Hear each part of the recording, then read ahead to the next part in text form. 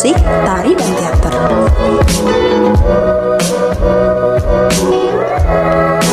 Jangan lupa like, share, komen, dan subscribe ya. Selamat menyaksikan, semoga bermanfaat.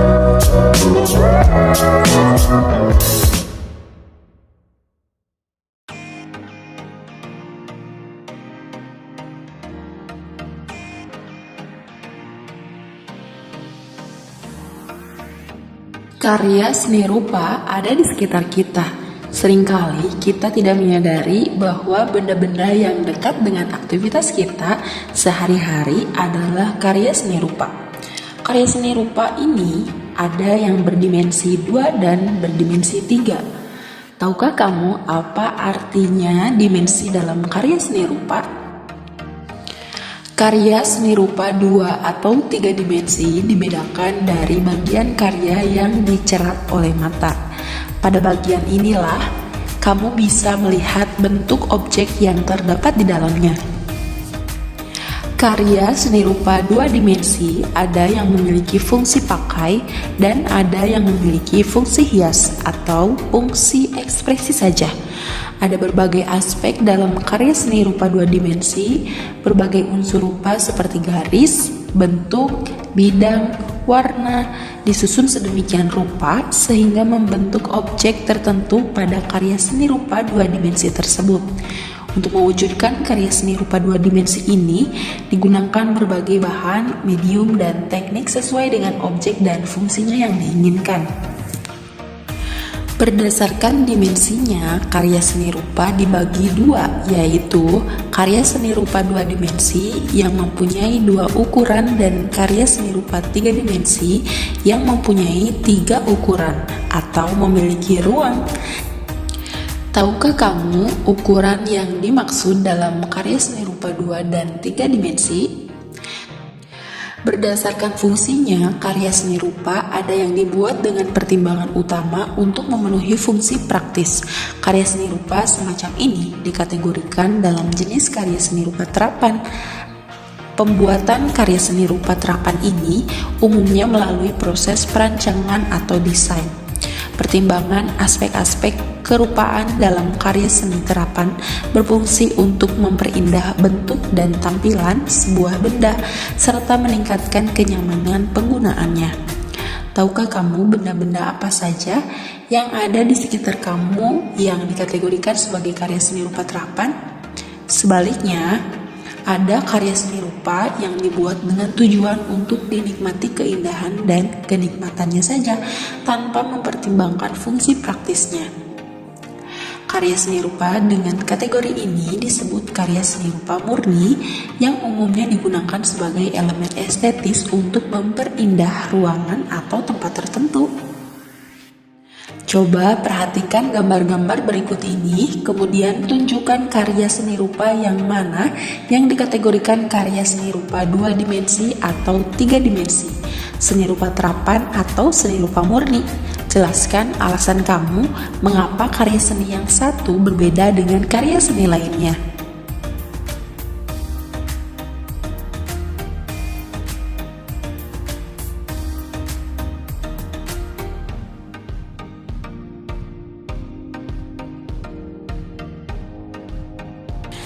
Selain berdasarkan bentuk atau dimensi dan fungsinya, karya seni rupa juga digolongkan berdasarkan karakteristik media, alat, teknik, dan bahan, serta orientasi pembuatannya.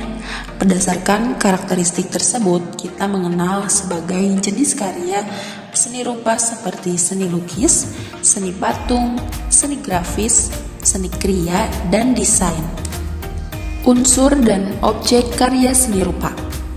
Seorang perupa, seniman, desainer, kriawan, perajin, dan sebagainya mengolah unsur-unsur seni rupa fisik dan non-fisik sesuai dengan keterampilan dan kepekaan yang dimilikinya dalam mewujudkan sebuah karya seni rupa. Cermati kembali paparan singkat tentang unsur-unsur rupa berikut ini. Yang pertama, garis. Garis adalah unsur fisik yang mendasar dan penting dalam mewujudkan sebuah karya seni rupa. Garis memiliki dimensi memanjang dan mempunyai arah serta sifat-sifat khusus seperti pendek, panjang, vertikal, horizontal, lurus, melengkung, merombak, dan seterusnya. Garis dapat juga digunakan untuk mengkomunikasikan gagasan dan mengekspresikan diri. Garis tebal, tegak lurus misalnya, dapat memberikan kesan kuat dan tegas, sedangkan garis tipis melengkung memberikan kesan lemah dan ringkih. Karakter garis yang dihasilkan oleh alat yang berbeda akan menghasilkan karakter yang berbeda pula. Coba kalian bandingkan karakter garis yang dihasilkan oleh jejak spidol pada kertas dan jejak arang pada kertas. Bandingkan pula jejak garis yang dibuat dengan ballpoint atau pensil. Buatlah berbagai bentuk garis, kemudian cobalah untuk merasakan kesan dari garis-garis yang kamu buat tersebut. Kemudian yang kedua, raut atau bidang dan bentuk. Unsur rupa lainnya adalah raut yang merupakan tampak, potongan atau wujud dari suatu objek. Istilah bidang umumnya digunakan untuk menunjukkan wujud benda yang cenderung pipih atau datar, sedangkan bangun atau bentuk lebih menunjukkan kepada wujud benda yang memiliki volume atau mass. Yang ketiga adalah ruang.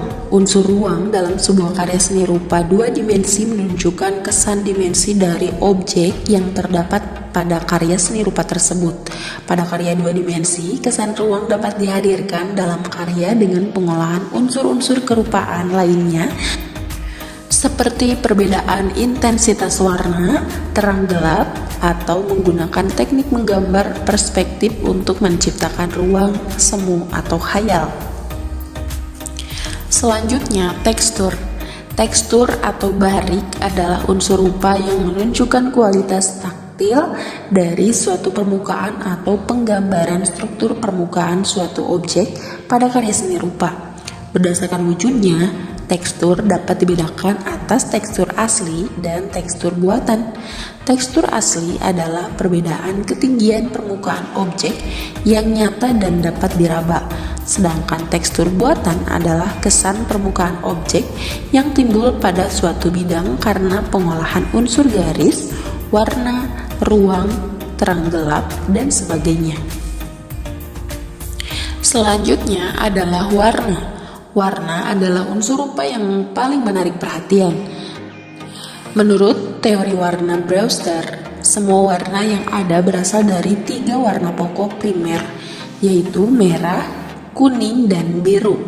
Dalam berkarya seni rupa terdapat beberapa teknik penggunaan warna, yaitu secara harmonis, heraldis, murni, monokromatik, dan polikromatik. Cobalah kamu mencari informasi tentang teknik-teknik penggunaan warna tersebut.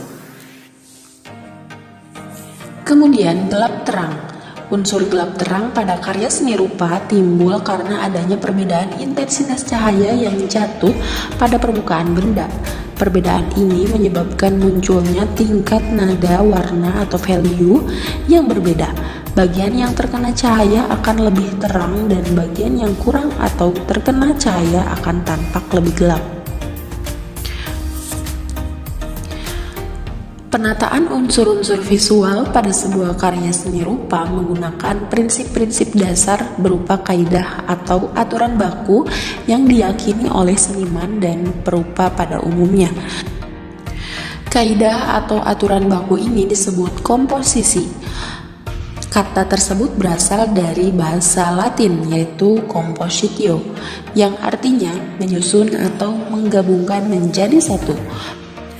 Komposisi dapat mencakup beberapa prinsip penataan seperti kesatuan, keseimbangan, dan irama, penekanan, serta proporsi dan keselarasan. Prinsip-prinsip dasar ini merupakan unsur non-fisik dari karya seni rupa. Selanjutnya, medium, bahan, dan teknik.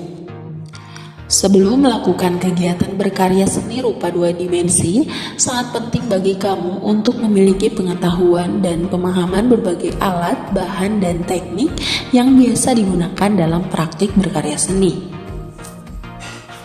Yang pertama, medium dan bahan karya seni rupa. Bahan berkarya seni rupa adalah material habis pakai yang digunakan untuk mewujudkan karya seni rupa tersebut. Sesuai dengan keragaman jenis karya seni rupa, bahan untuk berkarya seni rupa ini juga banyak macam dan ragamnya. Dan yang berfungsi sebagai bahan utama atau medium dan ada pula sebagai bahan penunjang. Sebagai contoh, pada umumnya perupa membuat karya lukisan menggunakan kanvas dan cat sebagai bahan utamanya, serta kayu dan paku sebagai bahan penunjang. Kayu digunakan untuk sebagai bahan bingkai atau spandram untuk menempatkan kanvas dan paku untuk mengaitkan kanvas pada permukaan kayu bingkai tersebut. Yang kedua, alat berkarya seni rupa. Alat untuk berkarya seni rupa sangat banyak jenis dan ragamnya.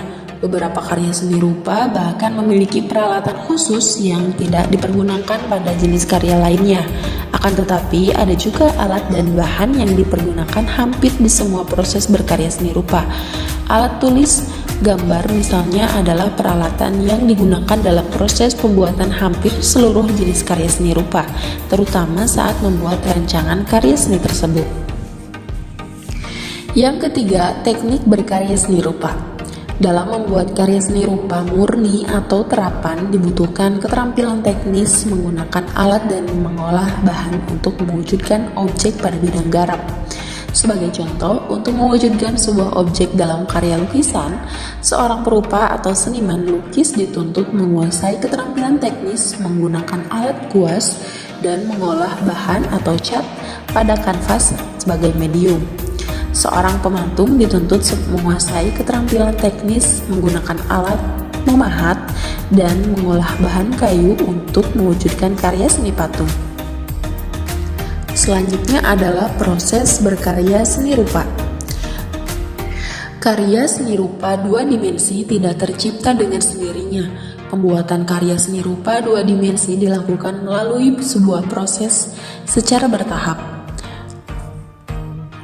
Tahapan dalam berkarya seni rupa dua dimensi ini dimulai dari adanya motivasi untuk berkarya.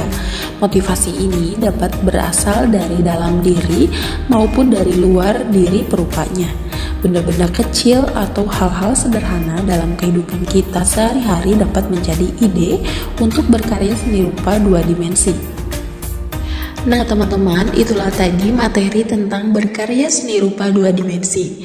Sekarang saatnya kalian berlatih untuk mencoba membuat karya seni rupa dua dimensi.